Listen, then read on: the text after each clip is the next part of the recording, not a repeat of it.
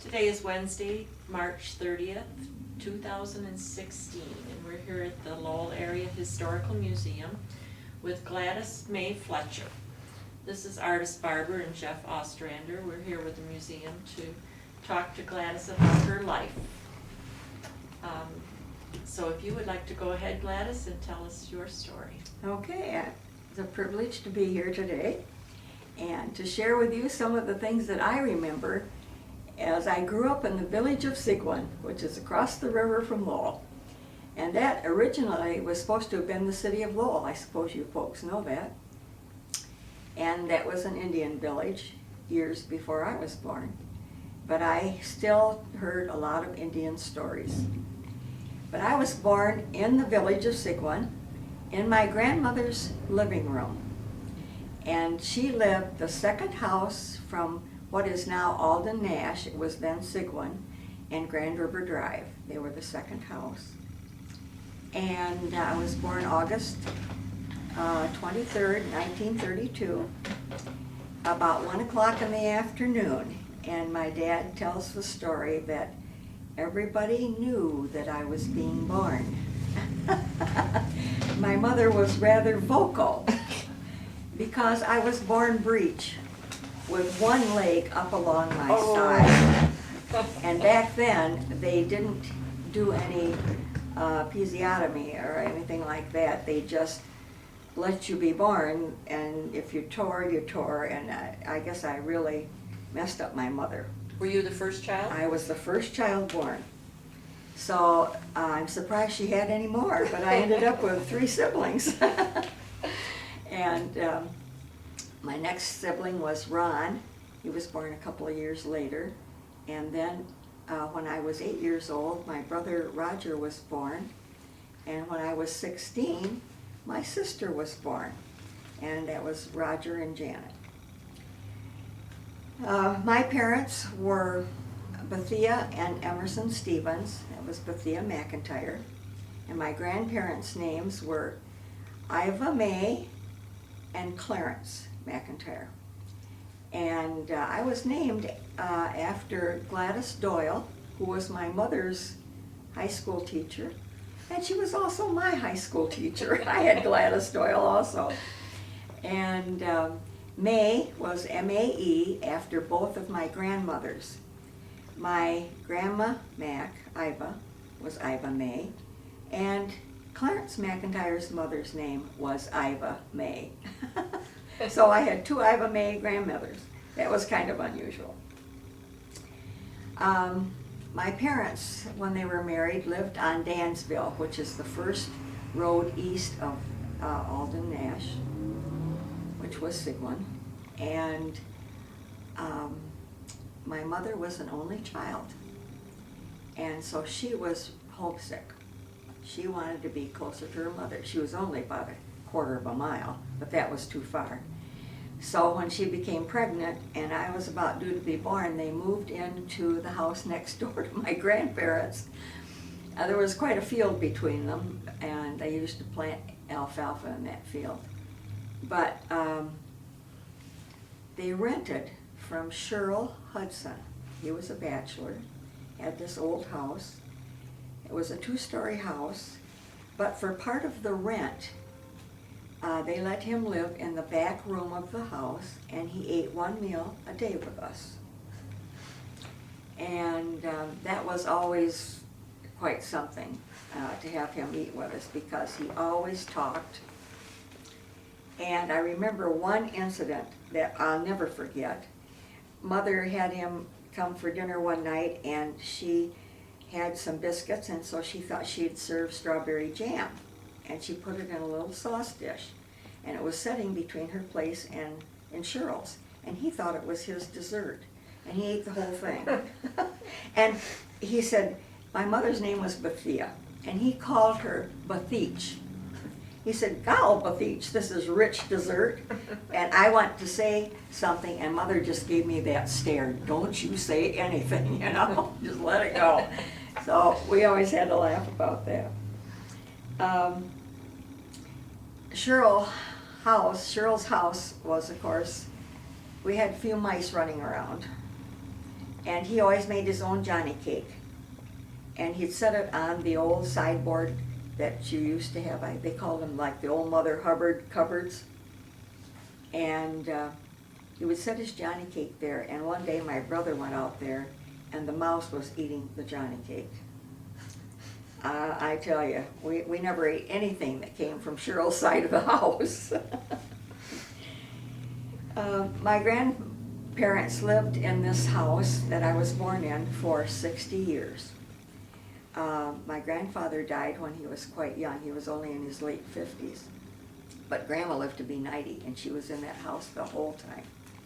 She became quite incontinent and that type of thing as old age progressed, and so in June she went to Laurels of Kent, but she was only there for 3 months when she passed away.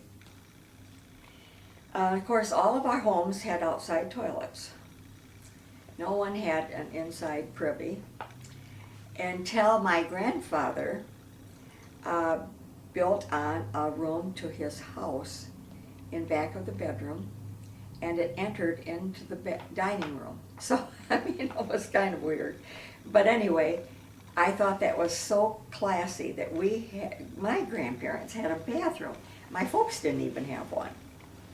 Well, when I was 7 years old, my folks bought their first house for $1,500. It was a big 2-story house, had a large front porch with pillars and big cement steps that had a cement landing on either side of the steps as you went down, you know, so you could sit there. I thought I had arrived. But when I look back at those pictures, I think, oh my goodness, we look like something from Tobacco Road. But we didn't know any better. Everybody's house kind of looked the same back then. And this house was had been a relative's. His name was John Frazee. And John owned some land across the road next to the Fletcher house, where my husband was raised. And that was a big field with a barn attached, and that's where we would slide downhill in the wintertime and ski. And our skis were like 2 boards with a couple of leather straps over them to hold them onto our feet, you know. But we didn't have anything else. And I remember the first pair of ice skates I got, and I ice skated over here in town somewhere, and they had a place to skate. And then down on the river road, which is Grand River Drive, down by the old UB church, there was a pond behind that, and we'd ice skate on that pond. But you'd have to take your own shovel and pull up the weeds, and it was quite an event to go ice skating. Every place also had their own outside water supply.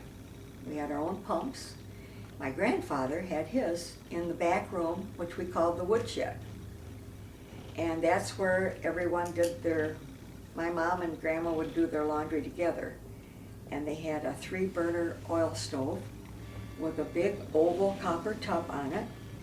And they would heat the water overnight. And then the next morning early, Monday morning always, Sunday night we sorted clothes after church and got them into all the piles. And then we started with the white clothes first, and they would put them in this double boiler, this huge oval boiler. I still have it, but I keep firewood in it and that type of thing. And they had a wooden stick that they stirred the clothes with. Then they would put them in the washer, lift them into the washer. And the washer was the double rollers. And then in front of the washer were 2 tubs. What's the middle? Galvanized? Galvanized tubs. And those were the rinse tubs. And I remember the first thing I learned about the washing machine was how to trip it if anything got caught. You hit those things and the rollers separated, because they didn't want anybody's hand going in with a pair of trousers that got twisted or something.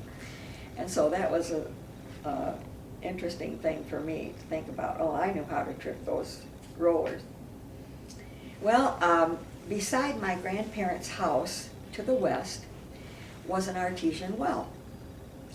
And my dad and my grandfather decided that they would sink 2 round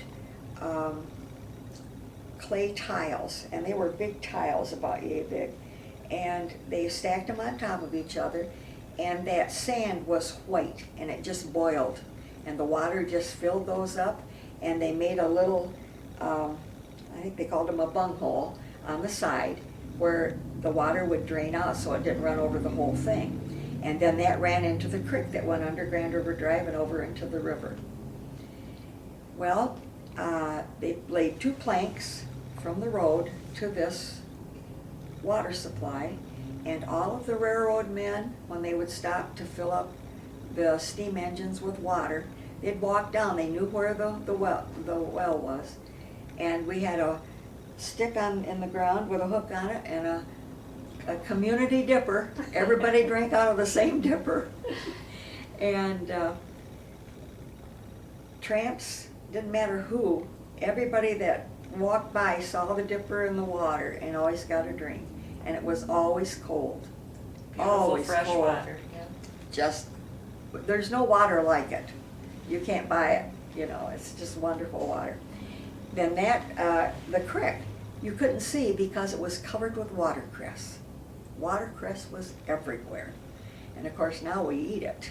Back then we'd just kind of nibble on it because that was the thing to do. But that was an interesting thing to have that artesian well. We had a corner store. It still sits there. It was a gray building, still is gray. And when I was a kid, it was Boyd's Grocery. But when I was real young, it was E.T. White that owned the store. Then it became Johnny Young's store, and then Ed Boyd. And then when old Mr. Boyd died, his son Ed took it over. And we had lots of memories about Boyd's store. Mr. Boyd had a captain's chair, and he leaned it up against the front windows, so he sat with the front legs off the cement at all times. I mean, it's a wonder he never tipped over, but he had it programmed. And if we had an extra nickel, which was hard to come by, but once in a while we'd earn some money and we'd have an extra nickel, I would buy an Orange Crush. It was in an amber bottle, but the drink was kind of a light yellow, just very light. But the amber bottle was the thing. It almost looked sinful, but it was wonderful. And of course, in the store, he sold the big round wheel of cheese that you sliced off. He had a little meat counter with bologna mostly and some hamburger, but his hamburger was a lot more expensive than what they had in the Kroger store.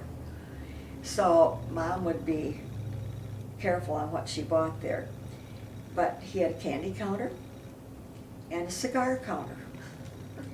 And of course the cigars were all in wooden boxes.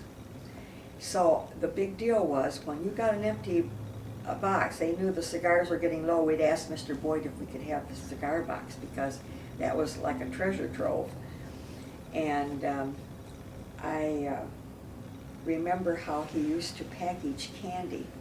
If you had a penny, you could get 2 peppermint or wintergreen little round candies that were like a confectioner sugar type candy, and it would just dissolve in your mouth. But if you had 2 pennies, you'd get 4. And then he would put them in a little paper bag, and the bag was very small and about that tall, and he would twist it at the very top, and so it would be real puffy. So it would look like you really had a catch of candy in there, you know, and that would hold maybe 4 pieces of candy. And I remember one day, I was just under kindergarten age, but I knew what a nickel was, and I knew where Mother kept her change in the cupboard. So one day I decided I wanted a Hershey bar, and I knew it was 5 cents. So I got up into the cupboard and took out a nickel out of the dish, and I walked up to the store, and I bought myself a candy bar. But as a child, I must have known that I was doing the wrong thing because I never ate it. I carried it home. And my mother saw it, and she said, "Young lady, where did you get the candy bar?" And I said, "I bought it at the store." And she said, "Well, where did you get the nickel?" And I said, "Out of your dish in the cupboard." And she says, "I need that nickel. You have got to take the candy bar back to the store and bring me back the nickel." Oh my land, I thought I would die. I mean, it was the longest walk to the store. But I did. And she had called ahead, I think, because we had the old crank phones that were from those days, and she called ahead so that they knew I was coming and refunded the money. And I should tell you about the telephones. They were crank phones, and my grandfather was a telephone man. And his office was on Main Street up above like the Hill Shoe Store. And he had the whole back of it full of old phones and all kinds of wiring and anything to repair telephone lines. And his route was between Lowell and Belding. And so he strung a line, just a private line. Probably the phone company never even knew it, but they probably wouldn't have cared anyway back then. But I always liked to go to Grandma's house across that alfalfa field. And so he rigged up a phone, the old crank phone, and hung it inside Mom's back door and inside Grandma's woodshed door. So it was a straight line between the houses. And he made me a little box to stand on, a little wooden stool, so I could reach the crank. And so before I'd go to Grandma's house, I would stand on the stool, crank it, and say, and she'd hear it ring, and she'd answer, and she said, "Is this you, Gladys?" And I'd say, "Yes, can I come to your house?" And she'd say, "Yeah, come ahead, I'll watch for you." So I'd walk, Grandpa mowed a path through the alfalfa. But that alfalfa was as tall as I was. And it was like, oh, I kept my eye right on Grandma at that back door. I didn't look either way. And that was one of my favorite things. And when I was very young, I used to get the baby bottle out of the cupboard because when my brother was born, my mother said, "No more bottle. Your brother needs that bottle." Well, I knew she had several, so I'd sneak a bottle, take it up to Grandma's, and she'd fill it with milk for me. So my grandma and I had quite a relationship, and I did with my grandfather. They were very close. You had a private line when they were unheard of. Yes, I had a private line. Well, let's see. One thing that they had at the corner store that I should tell you about that was unusual, he'd take an empty cigar box and leave it on the counter. And if anybody died in the neighborhood, he would put a note on it, "So-and-so has died," and leave the lid up, and then people would come in and drop change, or once in a while a dollar bill would show up into the box, and they would use that to buy flowers for the funeral. And sometimes if somebody came upon misfortune of some kind or was ill for a length of time, they would take up a collection and they'd put a little note on the box, "This is for the Smith family," or whatever. And that was how we handled things in the neighborhood. And also, when people died, they used to hang a crepe on the door. And it was an oval floral arrangement with a black bow on it at the top. Well, I remember when my grandfather died. I was 16, and they got a crepe and they hung it on the front screen door. And that, oh, I just hated that. Did not like that at all. But it was tradition back then. And my grandfather, I should tell you, passed away in Curly Howard's Eat Shop, which was right behind the dime store. And our pastor came to school to get me out of commercial class. I was in typing class and bookkeeping. and came to the door and asked for me, and I came and I thought, this is really strange that the pastor would come. And I said, you want to see me? And he said, yes, I want to take you home. And I said, why? And he said, your grandfather just died down at the store. He was watching some guys play cards, leaning against the wall, and just slipped down to the floor and had a massive heart attack. So that was the first real death in the family, and it was quite a shock. So I never liked those black creeps hanging on doors. Well, let's see. I should also tell you that my parents were like small-time farmers. Living next door to my grandparents, they had a large garden. Dad loved to garden, so Dad would plant the garden, and then we'd all weed. And he also had 3 Jersey cows, which were very temperamental. He always was having a bucket kicked over by them, or they would switch him with their tail, and he'd finally tie their tails to their hind leg to keep them from switching in his face. And we churned our own butter. And I remember turning the crank as long as I could, and it would get so stiff that Mom would have to finish. And then they'd pat it down.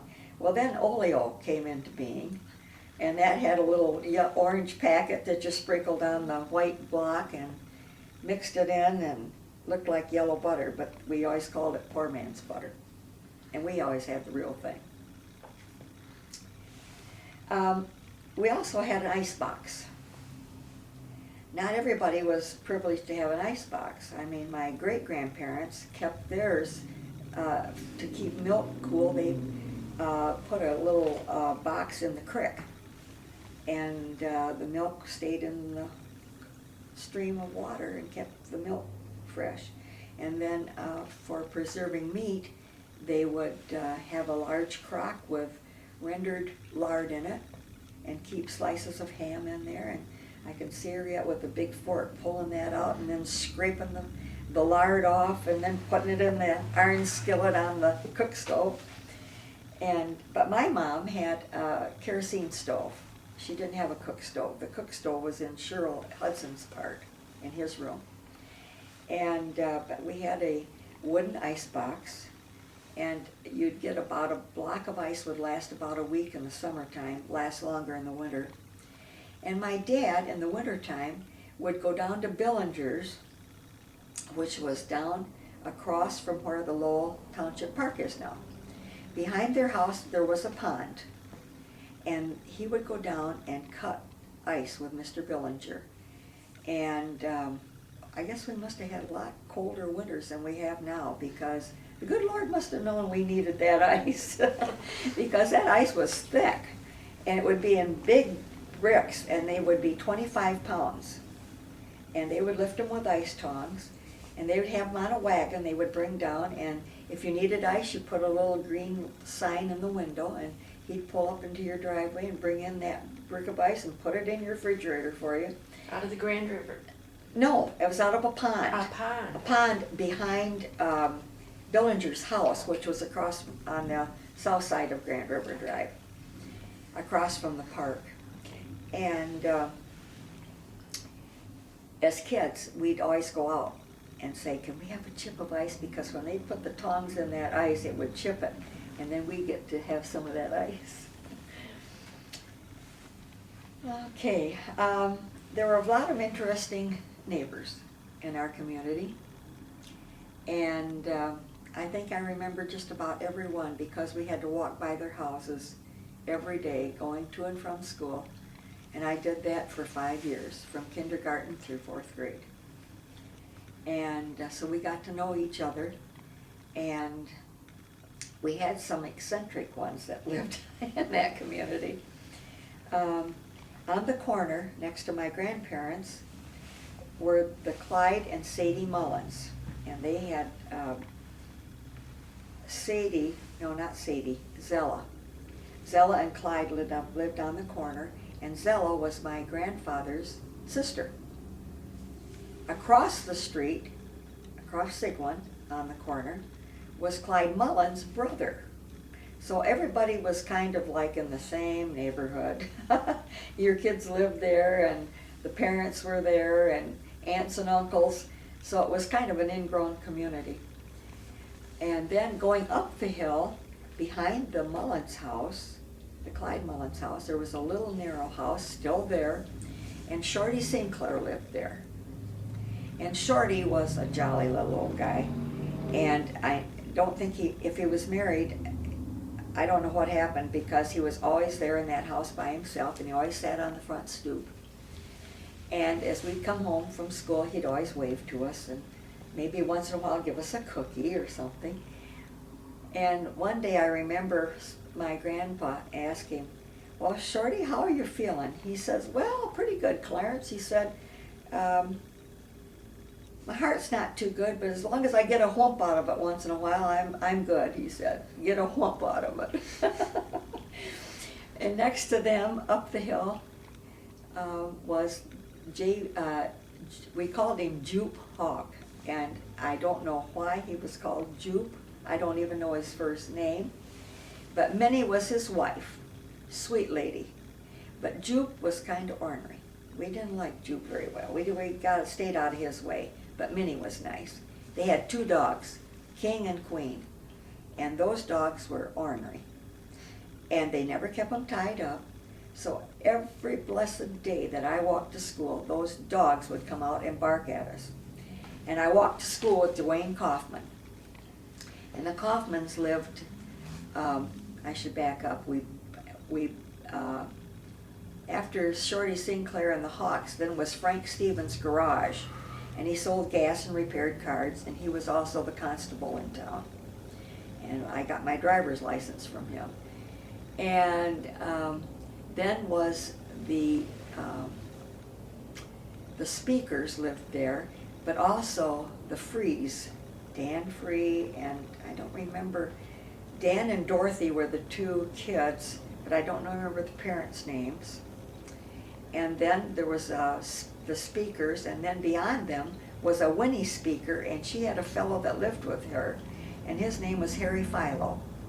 Now Harry was a hunter and a drinker, and he would go and kill coons, and then he would skin them, and he took one over to my husband's mother. That would be Hazel Fletcher. They lived down across the street from the Speakers, next door to us.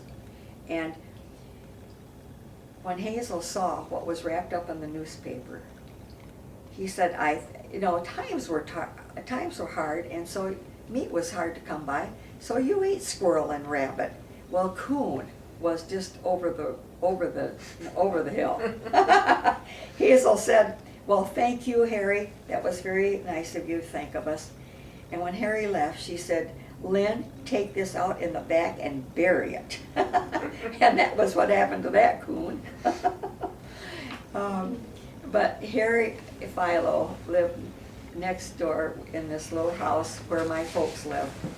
And it was in hearing distance. I mean, in the summertime, the windows were always up, and you could hear them fighting. And she had a high squeaky voice, and they would get to drinking, and then they would fight. And it was kind of the entertainment in the neighborhood, you might say. And our house was the last house on the west side of Sigwin until you got clear up to where Sigwin made a turn. And where it made a turn was where Earl Kaufman lived. And he had 3 children. Bunny was the oldest girl, and then John Earl and Dwayne. And Dwayne and I were the same age. And so he would have to walk quite a distance down to my house, and then we would walk together, kindergarten through 4th grade. Well, in 4th grade, they decided to close the school. So then we had to go to the Lowell grade school. Your country school was at the top of the hill Yes. off from Grand River? Yes.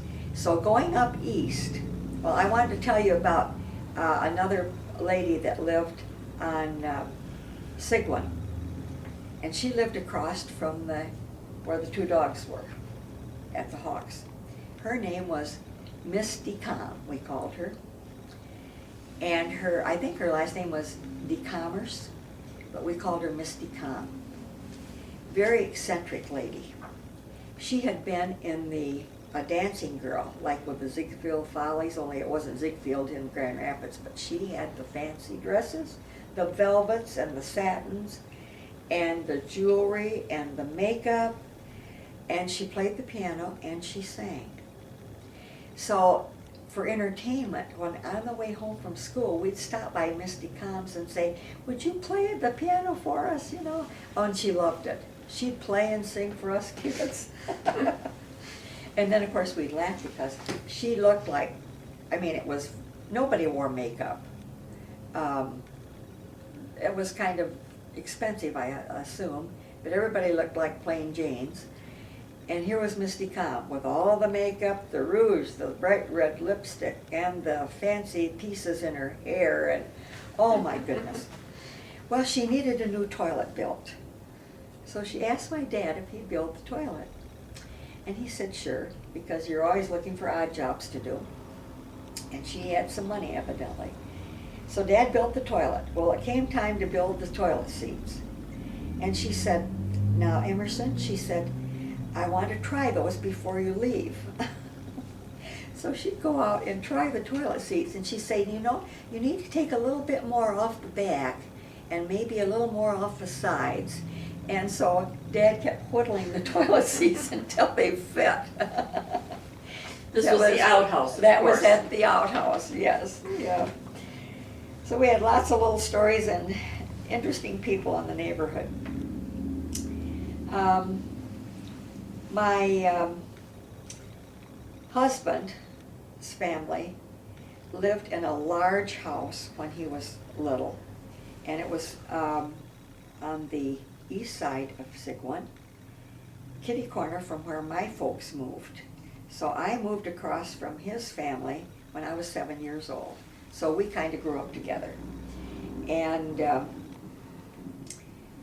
the Depression was on, and Al's dad lost the big house. And so they had to have someplace to live. And so they made a deal with the bank for $100. And with that $100, he bought nails and all kinds of things that he needed for building. But he got the lumber from skids, the wooden skids that they used at the sprayer factory where he worked. They had wonderful wood skids, I guess, that they shipped things in, and they were heavy. So he saved those up, and he built his house out of those skids. And so the only thing he had to do was buy the nails and a glass for the windows. He built his own windows, and the latches he had to buy. But flooring and everything. And so they had a 3-bedroom bungalow with a small kitchen, a full basement. It was a Michigan basement, and a potbelly stove that sat down there, and a large metal register that was probably 4 foot square. And it was a very intricate design, black metal. And so that sat over the stove, so that heated that entire bungalow. And they didn't have an inside toilet either. They had a back house. Or we call it the back house or the outhouse. And eventually, they did use one of the bedrooms for a bathroom. They put a bathroom in before Al moved away. So that was that story. Behind Al's house, the Fletcher house, there was a big wood lot, and that's where we would play in the summertime. We would leave home in the morning, come home for lunch, leave in the afternoon, come home for supper. Nobody ever checked on us kids. We did our thing. The neighbor kids, the Kaufman kids, the Emmelander boys, which lived way out on Lowell View and 28th Street where it makes the turn, they'd come down because Al, at that time, was in a wheelchair. He'd had juvenile rheumatoid arthritis and had been in Mary Free bed for several years. And so he was in a wheelchair. And then he walked on crutches for a while. And he'd go up in the woods on crutches, and all the neighbor kids would do the hauling of all the scrap lumber they could find or whatever, and we'd build huts one year. The next year maybe we'd do teepees. Maybe the next year it'd be a three-sided lean-to, and there was a sandy area up there in the woods, and we'd build fires up there. How our folks ever let us do all of that stuff without burning the woods down is beyond me. But they never checked on us. We'd come home to eat and disappear. And we had more fun. I was the only girl that was in the woods with all these boys, and I escaped unscathed.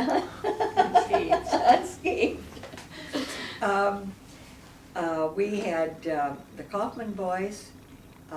Sometimes the Stevens boys were older. Frank Stevens boys. They were out of high school. But there was, and then my cousins, I had some cousins that lived just near the school up east of where we lived, and they would come and play. But my two girl cousins did not want anything to do with building huts. I was the tomboy, and so I was the gopher. They'd always get me to go for things. Yeah, go home and get this, go home and get that, get the hammer, get this. Anyway, we had a lot of fun just playing in the woods. And we'd find two trees that were symmetrical, and we would string some string and tin cans, and then we'd have our own phone line. I mean, we just did all kinds of creative things. We had a lot of fun. Gladys, the Stevens boys, were they your cousins? No, they spelled their name S-T-E-P-H, and ours was S-T-E-V. Spelled differently. Yeah. Okay. Oh, there was no relation, but we all went to the same country school. I was younger by 7 or 8 years than some of the kids, but everybody went to the same country school called Southward School. And as you went from the corner, like where the corner store was, we had the Grand Trunk Railroad that ran right beside the store, east to west, and we had a 2-story depot, beautiful building, and that was on the riverside. And then across on the south side was the big, tall, wooden water tower that held the water for the steam engines.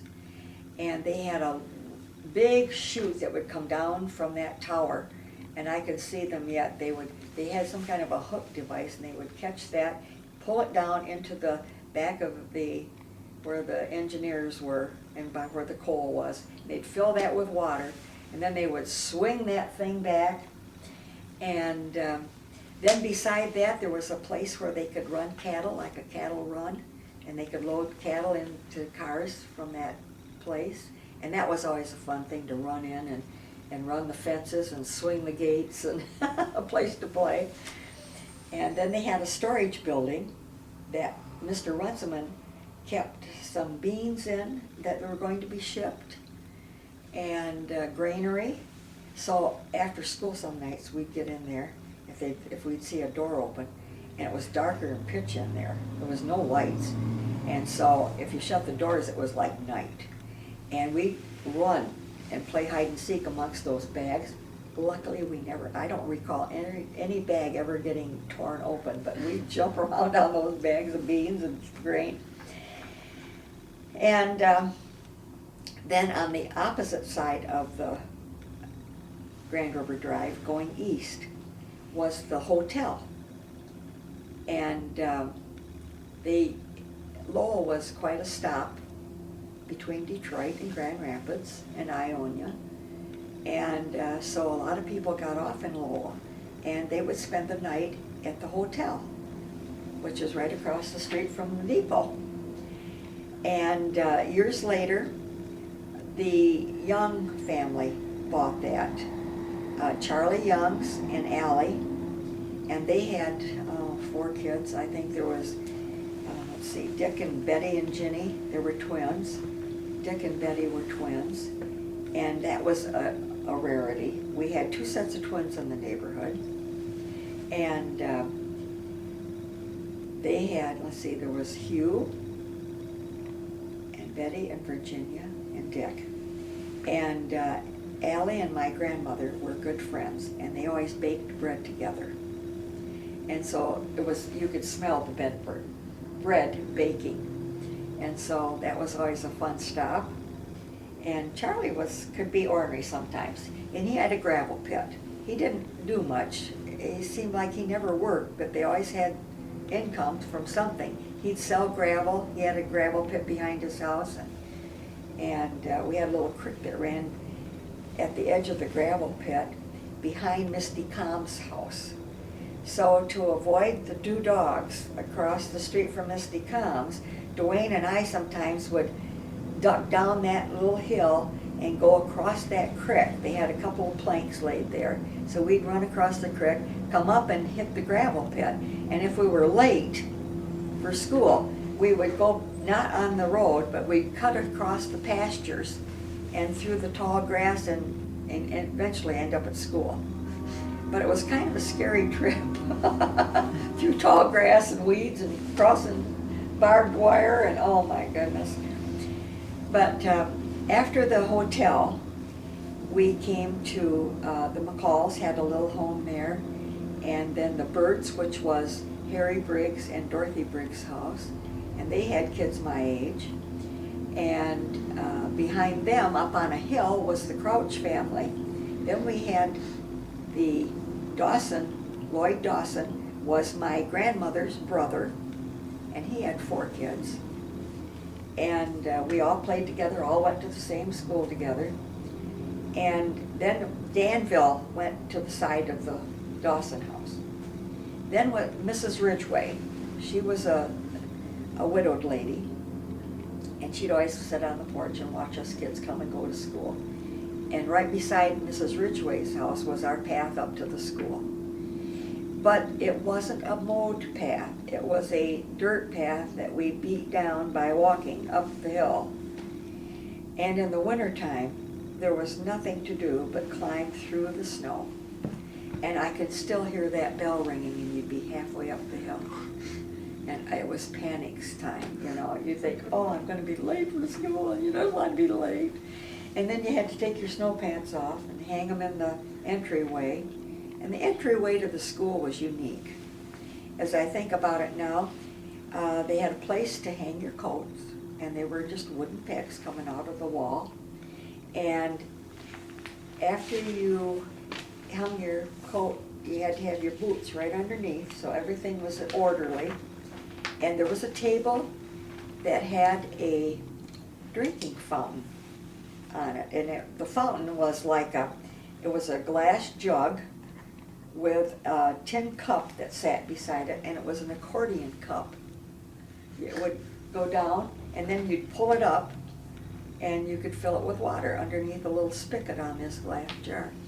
And also out there in that back room was the paste jar, and it was probably a gallon-sized jug with white paste in it. But I can still smell that paste. It had kind of a wintergreen smell to it, and sometimes the kids would even try to eat it, you know. Oh goodness. And then we had inkwells in our desks with a pen, and once in a while they'd let us write with ink. It was kind of messy, but they had an ink thing full of ink too, a glass jar full of ink. They had a little neck on it. They'd pour into those little glass cups in our desk. We'd dip our pens in there, and there was a place at the top of the desk, an indentation to lay the pen. Then when you walked out of this little entry room into the main schoolroom, the first thing you saw was the blackboard. Covered the whole front. Above the blackboard was the penmanship cards with all of how you made the small a, the big A, the capital, and then they would have the curves that you'd have to do. and the push-pulls. And all of that was up above the blackboard. And then the teacher's desk sat off to the right, and windows on both sides. That would be the east and the west side of the building. And in the back of the room, to the right, was the large stove, and I mean it was large. It must have had a metal cover around the fire pot so that we kids wouldn't get burned. But they had a neighbor lady at the foot of the hill that would stoke the fire every night in the wintertime. She'd come up and stoke the fire so it would be warm the next morning. And that was always interesting. And then once a month, we kids put on a play for the parents. It might be recitations we'd do that month, or we'd sing songs, or we'd put on a play. I remember a play we put on one time, and it was something about somebody getting shot, because we had an officer shot here in Lowell, Yeah. Mr. Knapp. Charlie And Knapp. so, Charlie Knapp. And the kids decided they were gonna put on some kind of a play where somebody got shot. So somebody got shot, and they lifted him up and put him in this box on the platform of the school. And the whole thing was, when the play was over, they went to carry the coffin out the box. There was no bottom in it. So they lifted it up over the corpse and walked out, and there was the corpse laying on. So that was the big thing. Some things you just don't forget. We had no playground per se. It was just the grass around the building. And in the wintertime, we always played fox and geese. We'd make a big circle with the spokes in it and chase each other around fox and geese. And don't get out of the circle. Don't run out of the circle. We did have a swing set, and the boys and girls each had their own bathroom. And I guess the biggest deal was the boys kept teasing us girls that they were going to peek in the bathroom when we were in there. Well, it wasn't two outhouses. I don't know where they thought they were going to peek, but they would tease us anyway. They closed the school in 4th grade, and I went over town to the elementary school that's now on the river. Monroe Street. On Monroe Street, just beyond what is now the library. And I remember going up those metal steps and going into into the middle room. It was 4th grade. It was 3rd grade, 4th grade, and 5th grade. And it was upstairs and in the middle. And I went in, and the first teacher I saw was Miss Hazel-Swert, little short lady. It was, oh my goodness, not DeVries. Oh my goodness, I've lost her name. Not Virgil. Virgil and Marilyn Bovee. Bovee. Yes, she became Bovee. Not Marilyn, but The mother. yeah, oh, what was her name? Her sister-in-law. Oh goodness. Anyway. Yes, I know. Anyway, Miss Hazel-Swert, she was very sweet and welcomed us into the room, and Dwayne and I went in. Janet Bovee. Yep. And I remember one girl that really scared me to death, and that was Jeannie Lynn. And she was Snyder, Jeannie Yep. Snyder. Yep. But came to be a great friend in high school. But oh, she was a tomboy. I guess she just She ran was and wild. tore around Yeah. all over the playground, and I was petrified because I didn't have any girls that I played with at the country school. It was Dwayne and I. We were the only ones in our grade. And my cousins were in different grades, and so we would get recesses at different times, and so, it was a new experience. Plus they had the ocean wave and big swing sets and things that I had not had any involvement in at all, being at a country school. So it was quite an adjustment. And then I remember when the school burned. And I was in 7th grade The then. high school. The high school. And it was 6th, 7th, and 8th grades that were in the high school building. And so they moved us all to the upstairs of the city hall. The 7th grade boys in our class were quite a group. They were cut-ups, they were always doing something and getting into trouble. And so it was disrupting to the 6th and 8th graders because we were right in the middle of the room. So they moved us to the head of the steps so that we could have a little more quiet for the other classes. But I don't remember how long we were up there. It seems like for that whole semester because the school burned in January. And Street sweeper. we had, and when we got into high school, I can't remember, but I do remember we went back to the elementary school for session. For the gymnasium. In the gymnasium for study hall session. And I didn't like that. That was really a difficult time. We had Jack Howe as a teacher that was in charge of that room.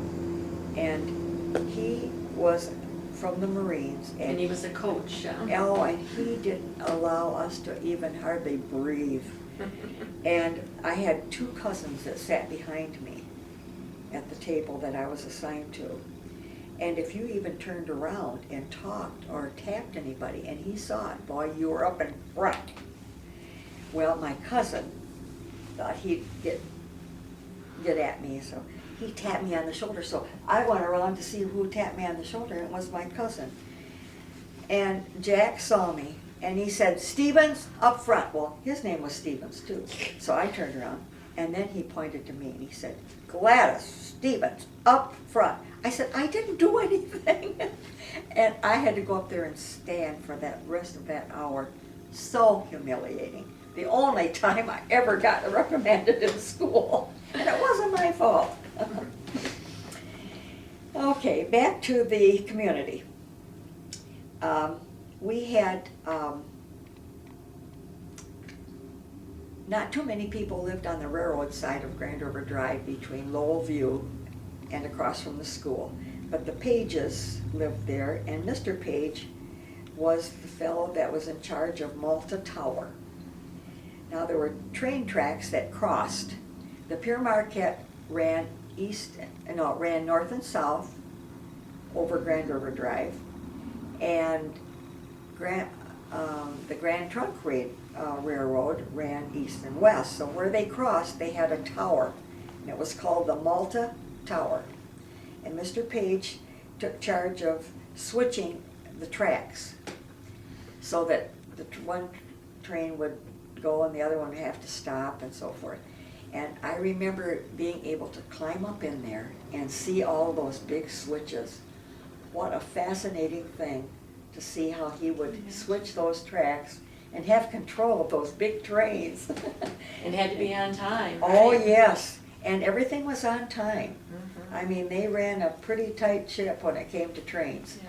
Yeah. And the fellow that ran the depot was Mr. Bettis.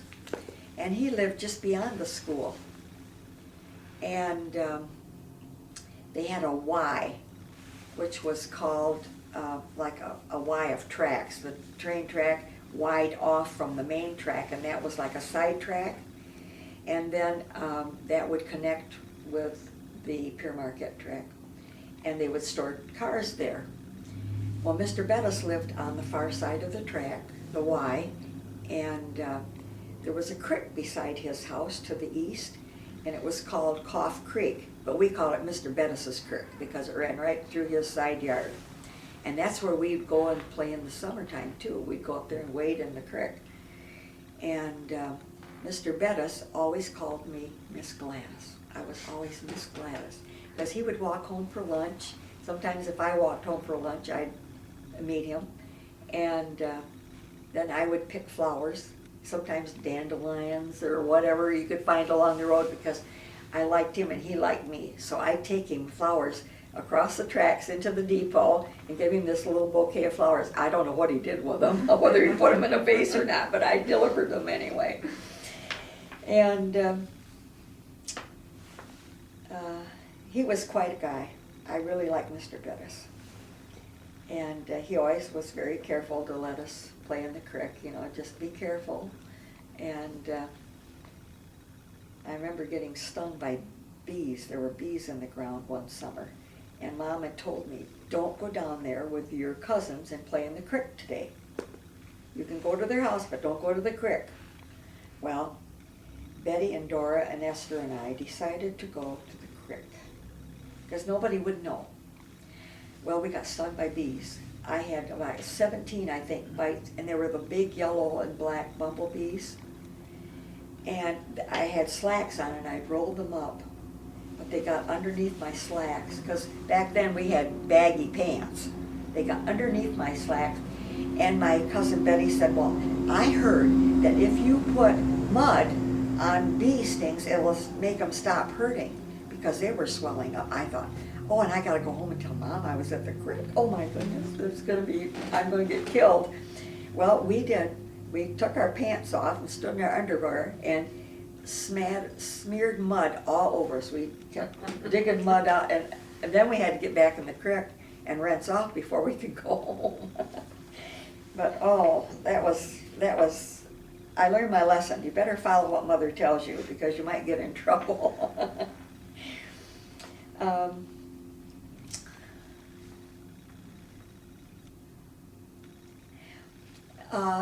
We had a bridge across Grand River beyond the store and the railroad tracks, and it was a metal bridge, and it went up and over the whole bridge, the framework, and at the far end of the bridge, which would be the north end, it was lower and it was at an angle. So if you were careful, you could walk up there by bending over and hanging on to the bridge, and then walk on the flat part up towards the high part. Well, nobody ever went to the high part, but just to traverse that and get up there was a neat thing. Yeah. And we would walk across that bridge, and there was a lot of people would fish off that bridge. And we had one man that was very interesting. He was an Indian, very dark-skinned, and don't know his name. We always called him the Indian. And he always had a bucket of rotten clams that he fished with. That's what you fish with. And you could smell those the minute you headed onto the bridge. You could smell his dirty old clams. But he always had the prettiest smell. He was a nice-looking man. Even as a kid, I was impressed how nice-looking he was. And he was there so many days in the summertime fishing off the bridge. And at that time, you could look over the railing and see the bottom of the river. It was that clear. And then the first island beyond the bridge to the west was owned by my husband's parents. When they died, my husband inherited the island. Well, we were living out of town, and so my husband said, why do we want to pay $2 a year taxes on that island and we never can use it? So we let it go back to the township, and I guess eventually to the state. So we owned the island You could have had at an one time. island, yeah. But my husband's boyfriend that he grew up with, Dick Young, decided after the war he was going to go down there and clear that island so that we could have a place to picnic.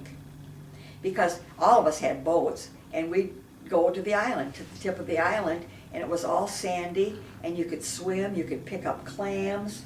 I mean, it was, my folks even let me take the flat bottom boat with the neighbor girl and go down the river. Mm-hmm.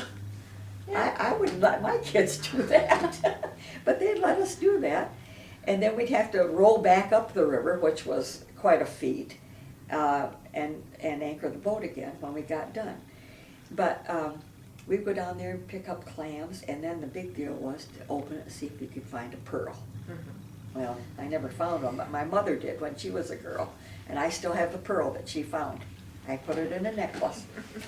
And it was kind of odd-shaped, and it was kind of on the pinkish side. But she had it wrapped in, and in a little box, she had it wrapped in cotton in a little box. And so when she passed away, I got her pearl, Means a lot to you. Yeah, it does. And they also did clamming on the river, and they had the big table set up and a place where they boiled the clams, and then they would take the clam meat out and pitch it back into the river or whatever. People would come and get it for fishing. And then they would take the shells over town to the button factory. Right. And they pressed out pearl buttons out of those clam shells. And that was always fun, even just to go and see the empty shells that had the holes in them, you know, after they'd clamped them.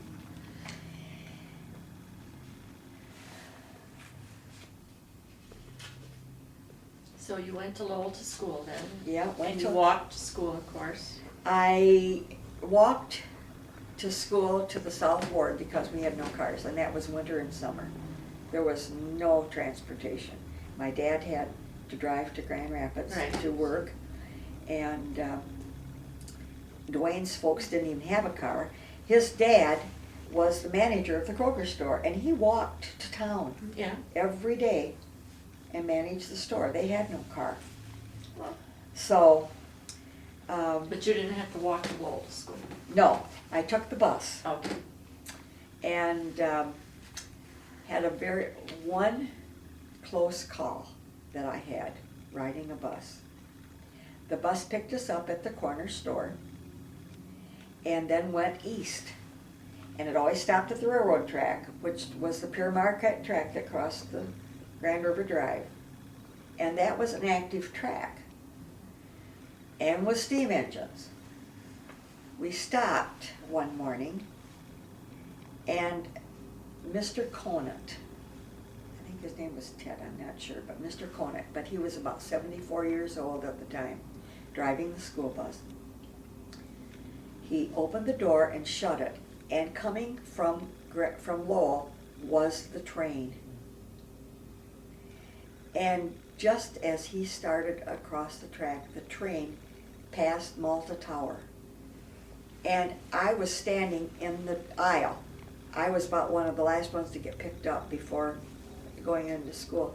And so I was standing right by where they opened and shut the door, so I could look right down and see this engine coming. And he pulled right over the tracks. I mean, that train just missed the bus. And I was just I was sick putting her the whole day. And when I got home that night, I told my mom, and she called the school. And that was the end of his driving. And I mean, you could have heard a pin drop on that bus. Everybody knew that we were going to get hit. That was so Way too close. scary. Oh, I mean, it was putting her next to the house that sat there. Okay.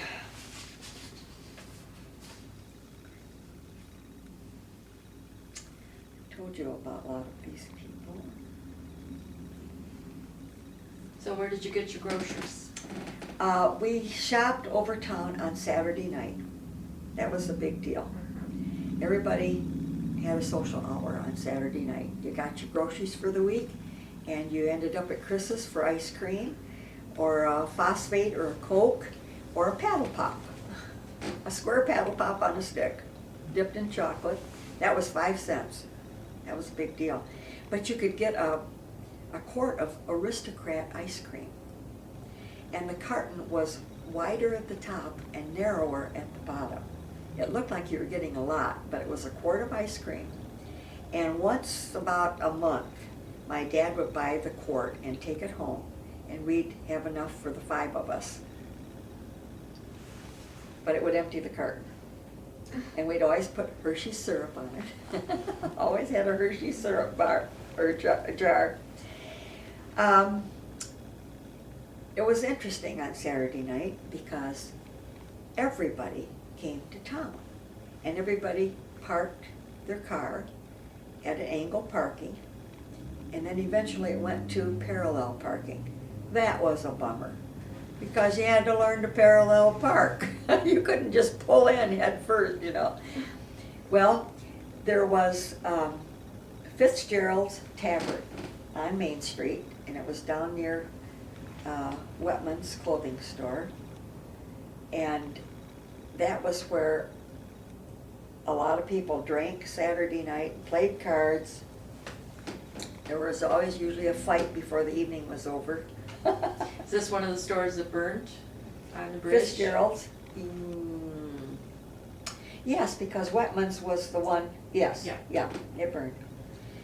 And so my dad would go over early. We'd go over early and park and try to get a parking spot by Fitzgerald's, because that was kind of midway from Weaver's Meat Market and the A&P store and the Kroger store and Chris's. And so we try to get a parking place there, and so that was a big deal. Get over town early so we can get a good parking place. And then we could sit in the car and watch the drunks coming out of the tavern. That was a big deal. But I remember walking Main Street from the library here down to Lowell's Garage, which is down where, the corner of Washington. And so that was the big deal. And the theater, I went to the Nazarene Church. And we did not go to shows, we did not drink, smoke, swear, wear makeup, go to dances, go roller skating at the Methodist Church. That was all sin. So my grandfather, when I was 14 years old, wanted to take me to the Strand Theater to see Gone with the Wind. Well, I was Grandpa's pride and joy. I was the first grandchild. And so he wanted to take me. And my mother said, absolutely not. The ceiling will fall in and you'll both be killed. And I said, Mom, I want to go with Grandpa. And she would not let me go. And I, to this day, think I still haven't forgiven her because I enjoy doing things with my grandfather. He'd take me on the telephone truck in the wintertime, and we'd go up towards Belting. And one time we had a terrible snowstorm, and he said, get your heavy coat on. So I got to wear my Sunday winter coat on to go with Grandpa that day, and it had a fur collar. And I had a wool hat that came down tight under my chin, and mittens that went through the sleeves, On a and string. I had a muff that you put your hands in to keep them warm. And so I had the whole shebang on that day, and snow pants, and they were usually brown with suspenders over the shoulders that would fit over all of your other clothing. And I went on the truck with Grandpa, and he had some lines down, but the snow truck, the road graders would go through, and they had the great big V plow on the front, and they would push that snow back so far, and there were so many deep drifts that it would be higher than his truck. And so he got me up on top of the truck, we got up on top of the truck, and he set me up on one of those snow banks. And I could have probably reached up and touched the telephone line. It was that high. And he did get a picture of me with an old box camera sitting on the back of his truck up by the snowbank. You still have that photo? Somewhere it's in the archives. But anyway, the Strand Theater then was quite a thing to walk by at night because they had a red velvet curtain between the cashier's cage and the screen. You could, if the curtain was pulled back for the cashier to walk in and out of the theater, then you could see the movie on the screen. And so we try to catch a picture of the flick that was going on. Oh. Well, let's see. I remember a couple of train wrecks that were on Grand River Drive. One was down just before you got to the Pure Marquette Railroad. The train derailed, and the boxes went off into the ditch on both sides, and in one of them, the cars, there was a lot of beer, and another train wreck, there was a lot of coal, and they told the people in the neighborhood, if any of you want coal, just go down and help yourselves. And so everybody went down with buckets and baskets and made multiple trips because that was quite a Free, thing. yeah. And they couldn't clean it up, I guess, so they just said, everybody come clean up the coal.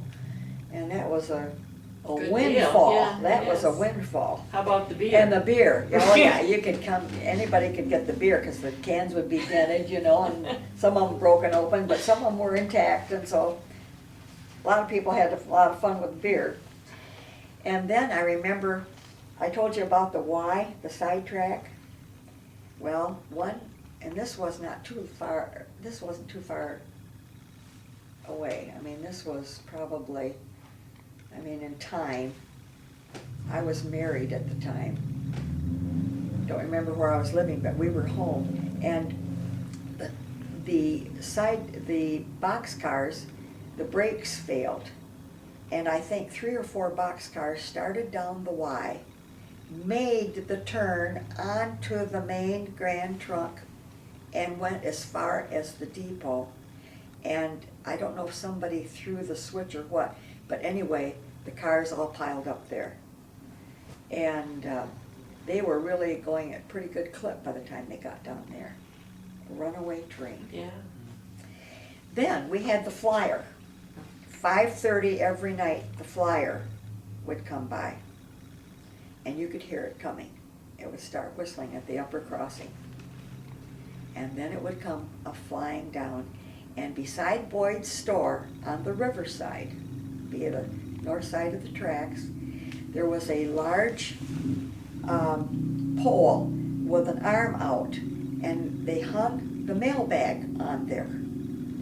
And when the baggage coach went by, that conductor would have to grab that bag and pull it in. And a couple of times he failed, and the mail went everywhere.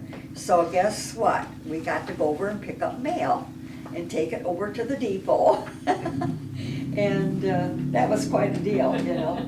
But they had it down to a pretty good science. I can only remember 2 times that when I lived there that they broke the mailbags.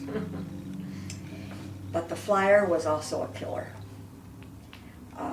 It had it had a history of many accidents between here and Detroit.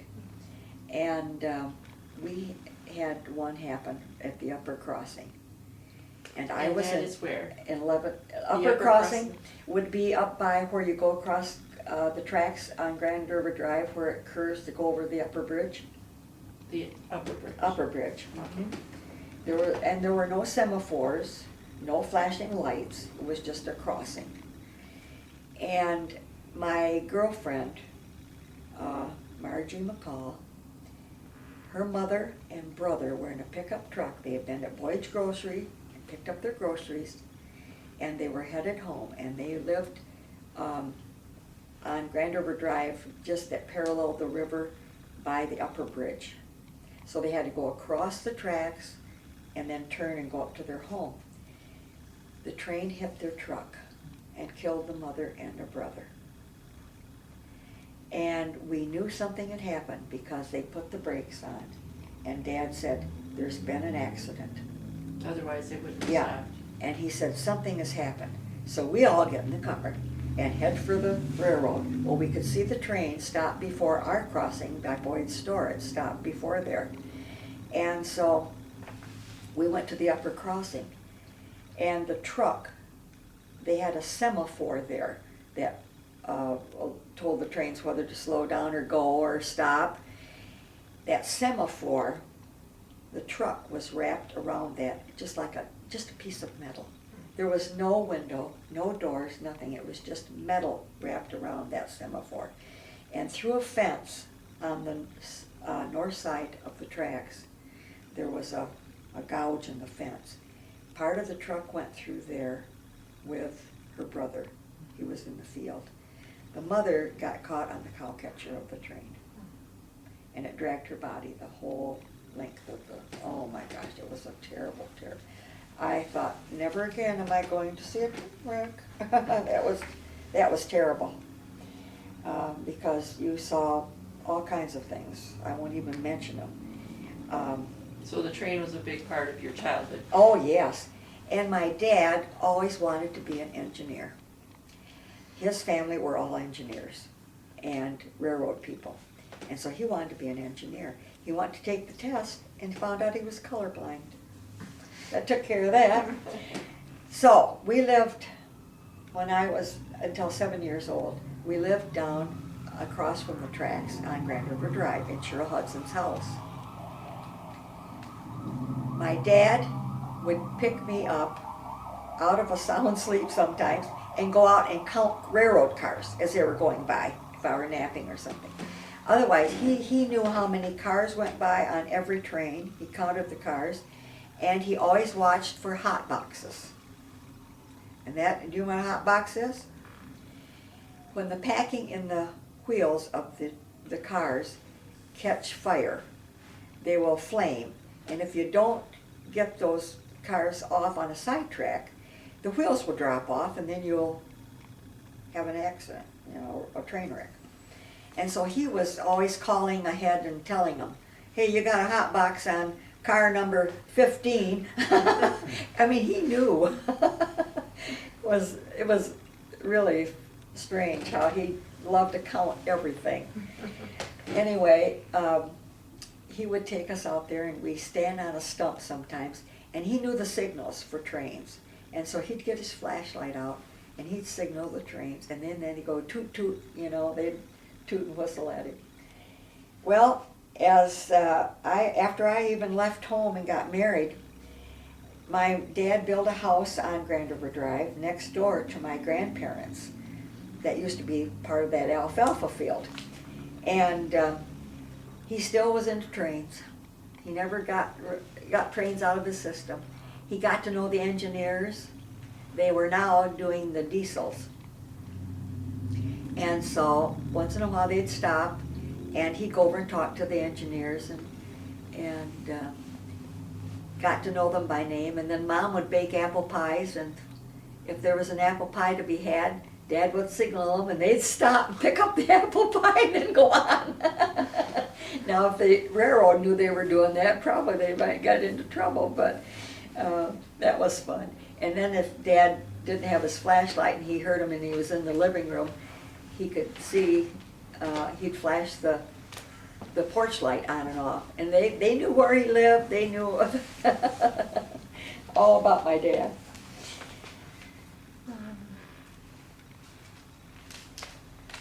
So you married Alan Fletcher, the neighborhood friend, Yeah, I did. and you have 2 children? We have 3. 3. Let's see. Well, I wanted to tell you also about some of the streets on Main Street, some of the stores on Main Street. I remember Hartman's. They used to have wallpaper books. And when I was going to Southward School, Ann Borgerson, our teacher, would come and get the wallpaper books, and in April we would make May baskets, because on May 1 was May Day. And you made May baskets, and then you picked violets on the way home from school, put them in the May baskets, and then hung them on people's doors. You'd knock on the door and then hang this on a hook or something, or a doorbell or a doorknob, and then run and hide. And then they'd open the door and there would be their May basket with flowers in it. And so that was one thing that was a special thing about Hartman's. They used to let us use their wallpaper books.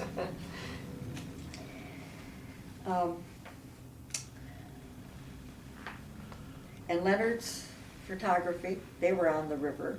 They backed up, and I often wondered why that store didn't fall in the river. Mm-hmm. It always leaned at an angle, like the back end. Hanging off the side yeah, of the drive. hanging off the side. And then Chris's was the same way. Right. But when I was in high school, I used to eat at Chris's at noontime. Sure. I didn't like to go to the cafeteria. I did in junior high, but in high school, that was the thing to do. It was only 2 blocks away. Yeah, you walked down to Chris's in high school. And I remember my favorite lunch was meatloaf with lettuce and tomato, if I had 35 cents. If I only had 30, then it was just meatloaf. But then for 15 more cents, you could get a butterscotch sundae. And that was in a metal dish, a cone-shaped dish, with a paper liner in it.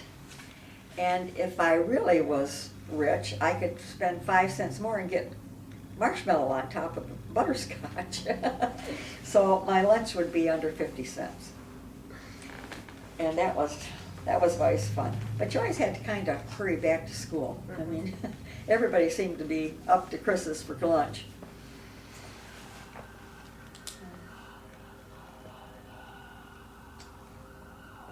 Oh, and Kohl's Drugstore, their daughter went to Hollywood, Inez Kohl, and she was a beautiful lady, and so that was always interesting. I think we had. She was in her movies. Yeah, and then Mabel Scott's Candy Shop. Oh, that was special.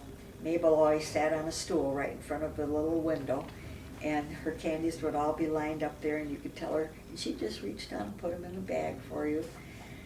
And she made all of her own candies and hand dipped them all. Oh, it was great. I can remember she had a pink one that had coconut in it, and that was one of my favorites.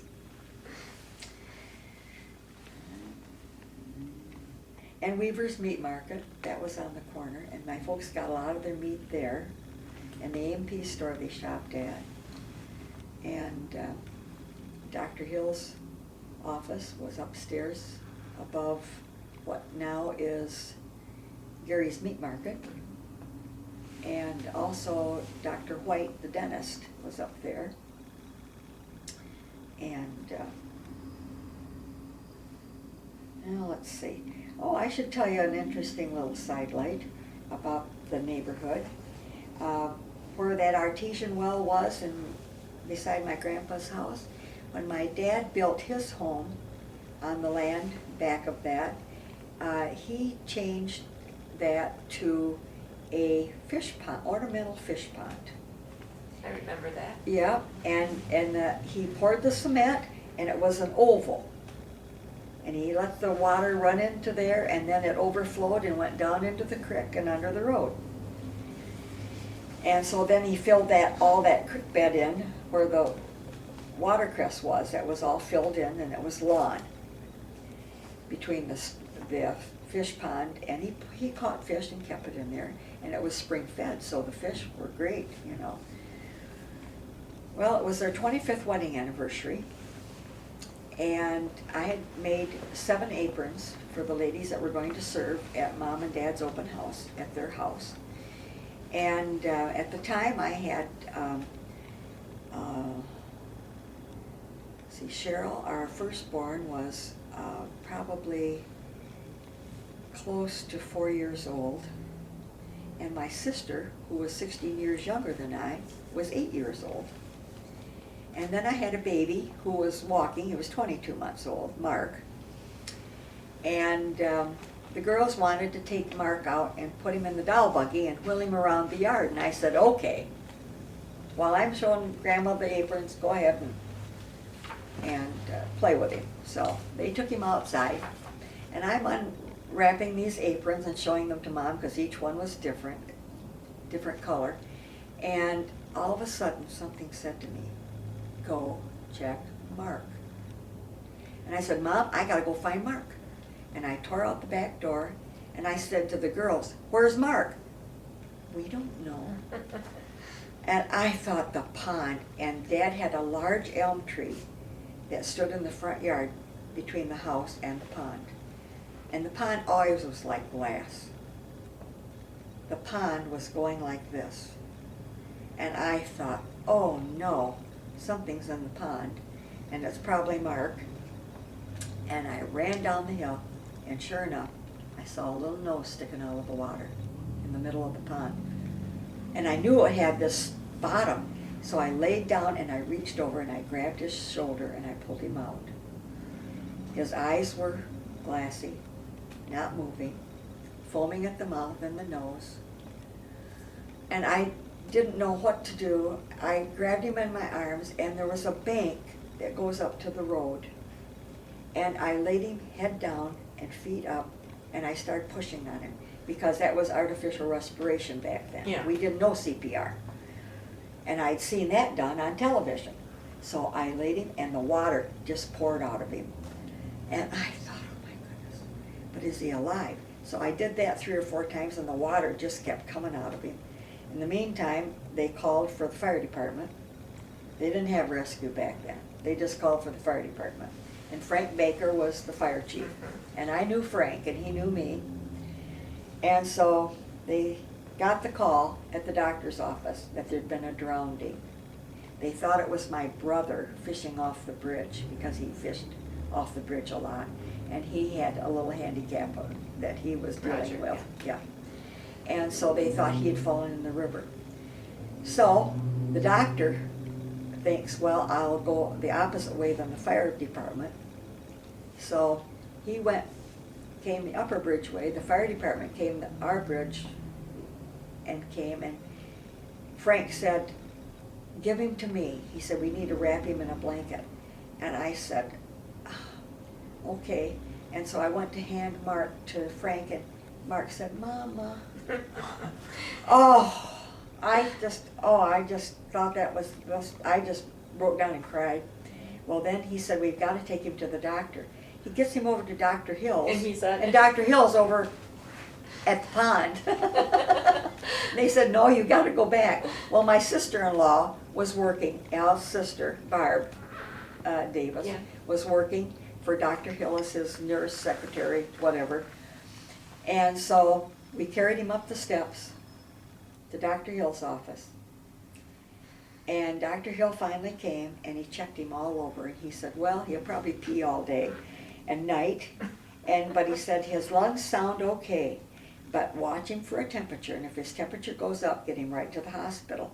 But otherwise, I think you'll be okay because it's a spring-fed pond, and so there probably is not much bacteria from the fish, so don't worry about it. Well, Al wasn't home at the time. He was over visiting his brother up on Hudson Street, and he heard the fire whistle blow, and he said, I had the strangest feeling come over me. He said, Ona, I think I better go home. And so he came home after all of that happened, and when Mark saw him drive in the driveway, he said, there's my daddy. And so when Al came up on the porch, I said, you don't know how good that should sound. And he said, why? And I told him what had happened. He said, I had the strangest feeling come over me when I heard that fire whistle go. But he said, I didn't come home immediately. He said, I waited, but So anyway, that was a miracle story. A miracle story about the artesian well in the pond. And I remember the King Milling Company burning. That burned during the winter time. And what a sculpture that made. All the ice. Oh my goodness. I think for 2 weeks we'd go over and stand in front of the dime store and just watch them still shooting water on the fire that would be smoldering in that building. That was quite a thing. And then the floods that we had. I remember one flood when I was in high school, and the water came up to the windows on the horse barns down at the fairgrounds, and the boats were on Main Street, and the water, we couldn't get to church by the upper bridgeway. We had to come this way. And we went to the Nazarene church, and the water was up to the steps of the Nazarene church. 1948. Yeah. Yeah. Sport. Yeah. Yeah, that was quite a flood. And I think the one we had just, a couple of years ago, when... 2013. Yeah, that was close. Mm-hmm. They said that was worse, but it wasn't up to the windows on the horse barn. No. It was pretty close. Yeah, but it was equal. Yeah. Did you mention some Indian stories you heard from some? Yes, I have a family Indian story to tell. The Indians were back when, it would have been in the early 1900s. My husband's grandpa and his wife lived in Sigwan, and she had, she had some pies or something sitting on a shelf. I can't remember how that whole story went, but an Indian came up and tried to steal whatever it was she had out there, and she had a bucket of of water on the stove, and she tossed it out the window on him. And that took care of that. That Off the Indian. windowsill probably, huh? Yeah. And I guess they used to barter with the farmers and people, you know. They'd have pelts and things that the Indians wanted, and a lot of trapping went on by just the residents in the community, you know, and they would trade back and forth. And another thing, my grandparents, Iva and Clarence, were also natives to this area, but they lived further west, past Sigwin, down near Timpson and Kissing Rock. And my grandfather lived at the top of Timpson, the road's been reconfigured, but his was the first house at the top of the hill, and his last name was McIntyre. And there were a lot of people in that area that needed a school, so they built a school and they called it the McIntyre School. And so that's where he went through the 8th grade, and my grandmother went to the McIntyre School. And she lived a mile down the road at Kissing Rock. They had a farm there. And so that's how they got to know each other and married. And then moved to this house on Grand River Drive where I was born. And they lived there for 60 years. Grandma did. Grandpa died young, but she lived in that house for 60 years.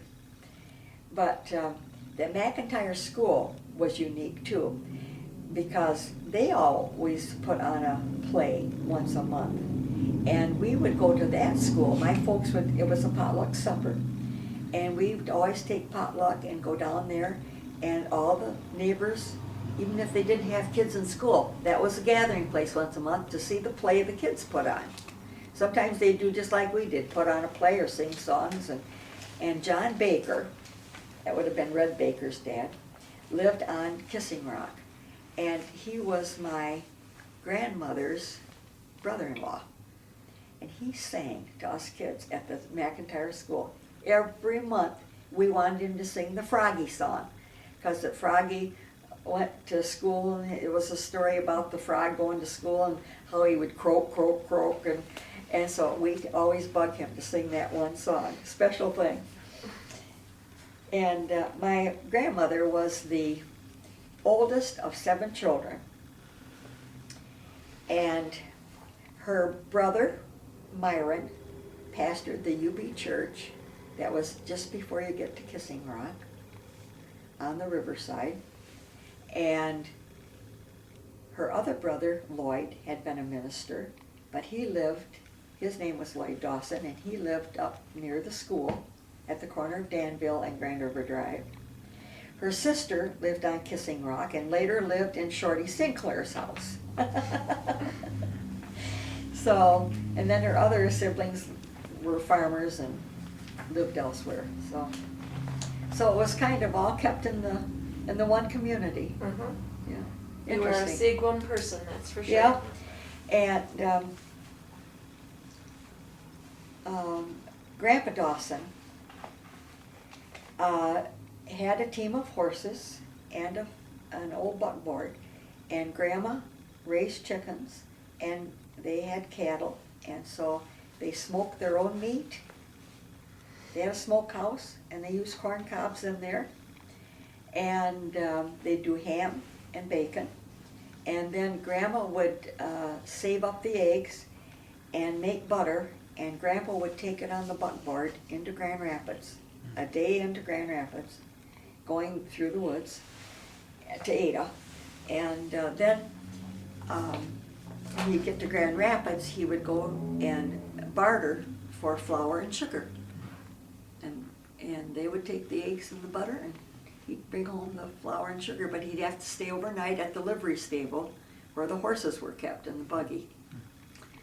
So that was always an interesting thing to me, to think that it took so long.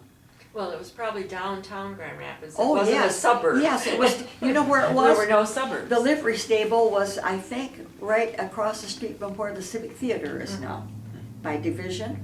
Yeah. So that's right downtown. Yeah. Yeah. It was probably country between Yeah, the here and there, yeah, all the right. way. Uh-huh. So, Where was the motel that you mentioned? the hotel, Yeah. that was at the corner of Grand River Drive and Alden Nash. It's Oh. still Sigwin. there. It's a still white- there. It would have been the It's a second front. house, Yeah. and it's a a big big white- white, Yeah, okay. white okay. cement block house. Yeah, I've It's noticed. still there, it's 3 apartments. Yeah. Or it was. Well, after the Youngs family sold that house, Lloyd Connor Mhm. bought it, and I used to babysit his kids Bob, in that Bob house. and, I'm thinking the Bobby. kid's name. Bobby was my age, yep. Was he? Yep, Yeah, and then Lloyd had a brother, a real good-looking guy, they were all good looking. and he stayed upstairs in the apartment. And he was kind of a heavy drinker. And so I was kind of nervous about him coming home when I was there babysitting. But he'd always come in the back and go right up the steps, up the back steps. Yeah. But, yeah, and Lloyd, I think, worked at GM with my dad for a while. I don't know what capacity, but, Yep, there were a lot of people lived in those apartments. yeah. But at the time, when I was a kid, that was all one big house. Right, yeah. But you know, no one had a lot of curtains. I mean, the windows were always Lots of bare, windows, yeah. and bare floors. And for table covers, my great-grandma Mac, that lived up on Monroe, always had newspapers on her table. Mhm. Before you ate, she'd cover the tabletop with Yeah. newspapers. Whatever And if worked. you're a little better off, you'd have oilcloth. Oilcloth, yes. Uh-huh. Print oilcloth. And Where was the metal bridge? right here on Grand River, on South Hudson, Oh, okay. that They crosses. they the both river. had, they were arched bridges, I both see. of them. Yeah. Okay. And the railroad bridge is still arched. It's like a Mhm. bridge like the old railroad bridge that's Okay. across Grand River. Only they were bright steel. Oh, colored, yeah, yeah, Silver. yeah. And we used to go down to the Dawsons, Grandma Dawson's, down at Kissing Rock on Sundays for Sunday dinner. And she had a huge table. And my parents would go, and my grandparents, and maybe one of Grandma's siblings would be there with their family. And they'd always do a big roast, and everything was covered. The potatoes would stay on the table. Well, but they didn't have a refrigerator. And they'd cover it with white napkins, cloth napkins. Mhm. And then we'd all go out and play and do whatever, and then come in and have supper. Supper. But the supper, they would, I don't know how they set Jell-O, but they would have Jell-O and real whipped cream. And I never liked real whipped cream, but I do now. Oh. And then I remember when she died. And I was, oh land, I must have been 4 or 5 years old. And my cousin and I were staying there. And my cousin's folks lived with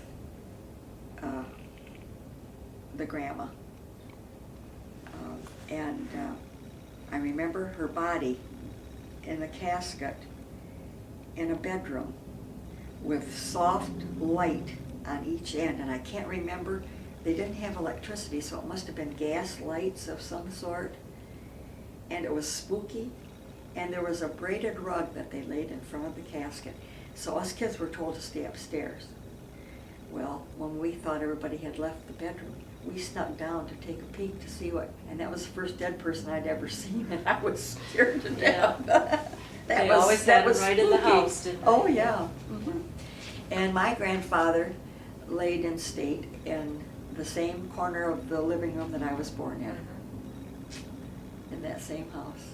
Yeah. Place of honor. Yeah, place of honor. Well, the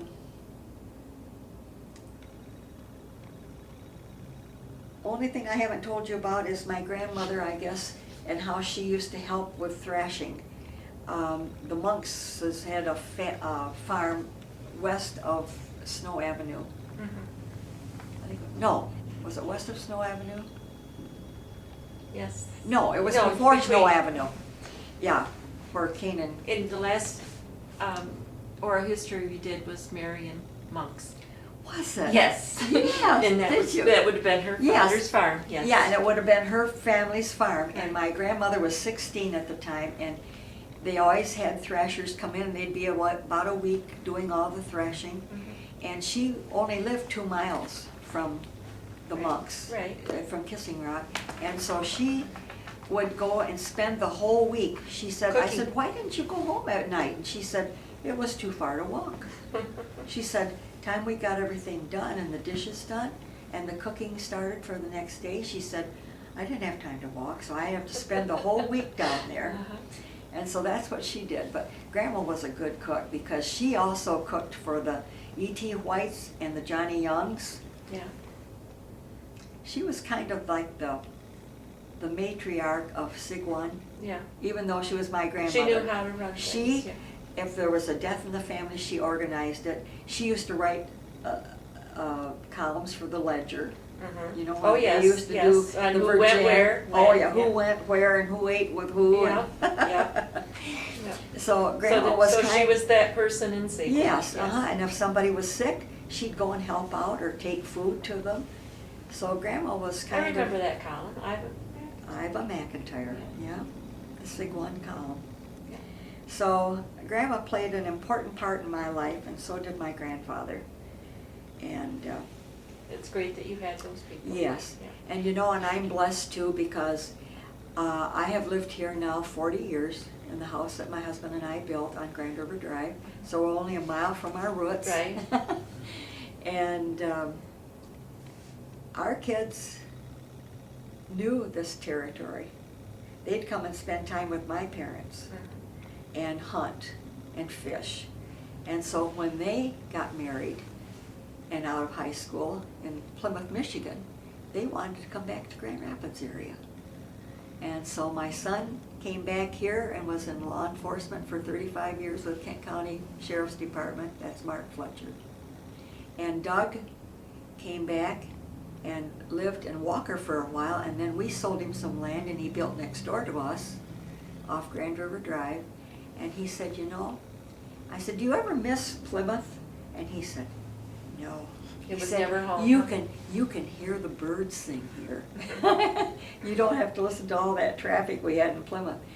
And so after he married and moved out here, he worked for Jet for a couple of years and got tired of that, just repairing gyros on planes. So he got a job at Butterworth Hospital, and he's been there over 30 years in bioelectronics. And our daughter married, and she's back in this area. She lives in Belding. My son Mark lives in Rockford. Doug's next door. I got 4 granddaughters.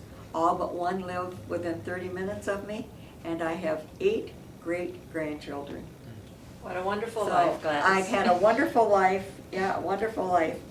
And I just have a little thing to say. My roots are well grounded in Sigwan community, where I was born and raised and later returned. My husband and I built a home 40 years ago within a mile of where we grew up, on a hill overlooking the Grand River Valley, nestled between 2 woodlots. I hope I live there the rest of my life. I cherish my heritage, I really do. And truly, this is God's country, and I love it. Oh, Gladys, thank you Thank you so for much. the opportunity to share. Very much. Thank you so much. We really enjoyed that. Well, it's been And fun. we'll share it, yes. There's probably a lot more that I could tell, but I don't want to name names, and I'm afraid some of it might not be what you would want to put out for the public to hear. But I think Thebes covered a lot of Yes, that it too. did. Yes. Yes, indeed. Yeah.